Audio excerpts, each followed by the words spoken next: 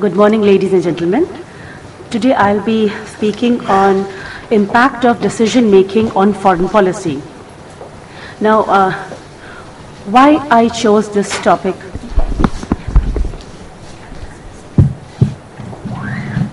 Am I audible?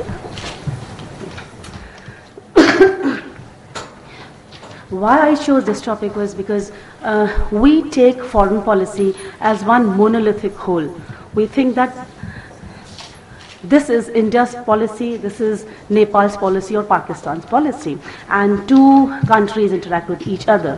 However, apart from governments, there are so many more influences, so many groups within a country which interacts with equal number of groups and influences from another country. And the way they interact with each other influences and determines your foreign policy or decision making. So, a state's national interests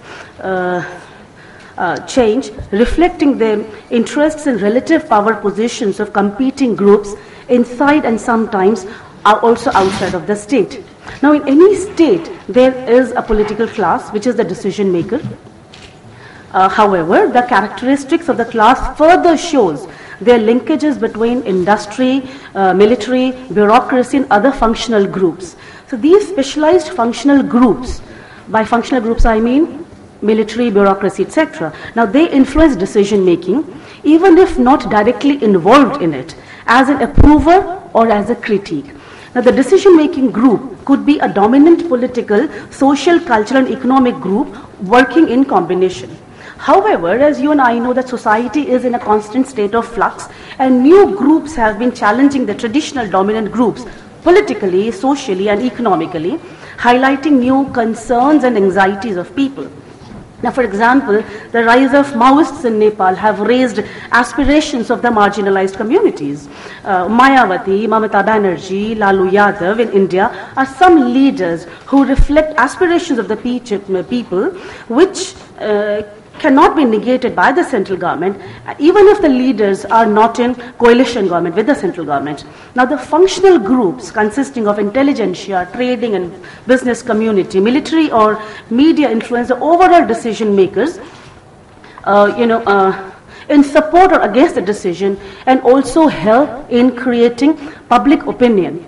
Now, all these groups, inclusive of political class, may work either in unison in a given situation, or one group's interest may dominate another's at a particular time.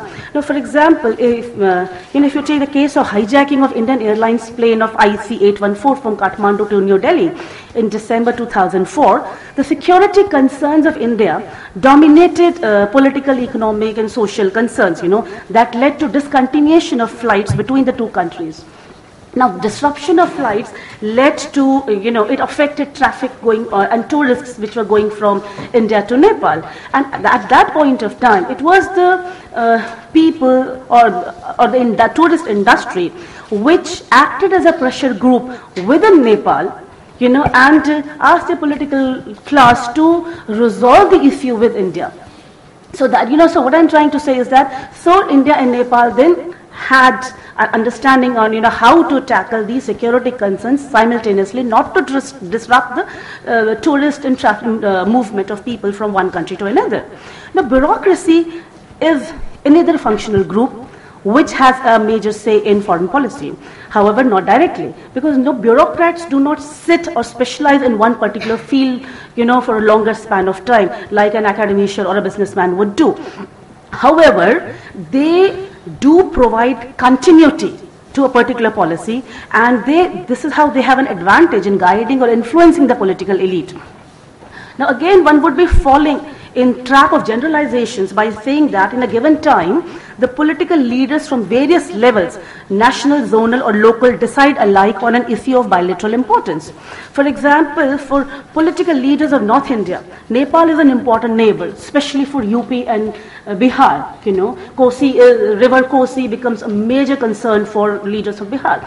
Now, whereas for leaders from southern part of India, Nepal is a distant neighbor. On the other hand, just today morning only when we were talking to Pro Vice Chancellor, he was saying that Sri Lanka is interested to have talk with peninsular, southern India. So it becomes a closer neighbor for them. So,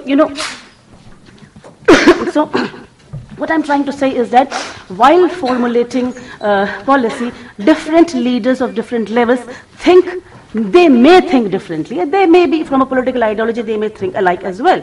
Now, in a democracy, the political representatives, from political parties are the elite, as they represent people's opinions, views, and voices. They implement those voices and govern till the people want them to be there. However, in reality, once they are in power, people cannot recall them till the stipulated time, such as in India for 5 years. However, a non-performing government can be brought down by the opposition in a parliament. I don't have to tell the way ruckus is taking place in parliament right now on the Colgate issue, and how opposition is trying to bring down the government. Now here, opposition plays an important role once again. Now since, one change that I see in Indian politics, or now in Nepal also, that since so many voices are emerging from the society and so many political parties have come up to represent these voices, there is now from 90s onwards trend towards coalition politics. Now these coalition partners also influence decision making, and the way Trinamool Congress played a role in India's, when Prime Minister was going to Bangladesh, it shows that central government cannot ignore its coalition partner as well.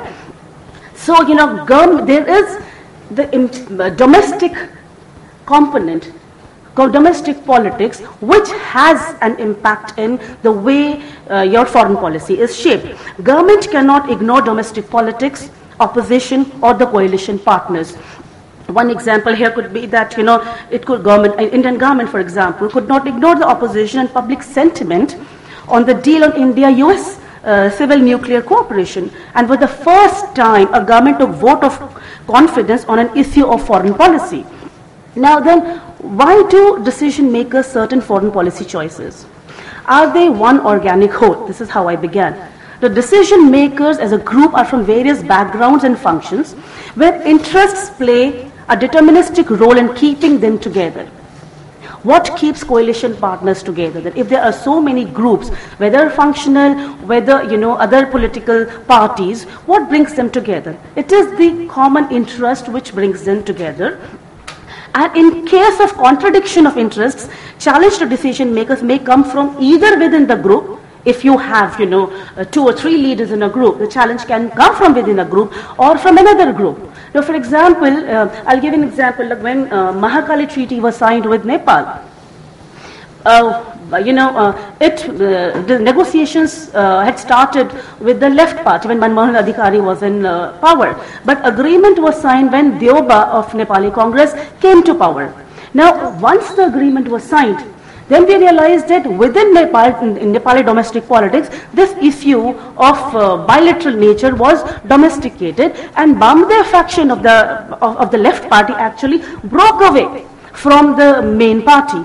So what we see is that, what were the personal interests of the leaders that play a determining role? What is the, constituency these political parties have in a particular situation that influences pressurizes the government to deal with the neighboring country in a particular fashion. Now, however, the perceptions of political actors are not static, and they keep on changing with times. The way dominant political groups perceived national interest or each other did not remain static and change with times. For example, the Nepali Congress and the left parties were born in India. So we find a kind of ideational and emotional link between the Congress in India and Congress in Nepal. But of late, what I see, and I've interacted with so many people while working on a paper on elite perceptions of India-Nepal relations, I realized that young Congress leaders from India treated Nepal like any other country. They didn't have that kind of emotional link that their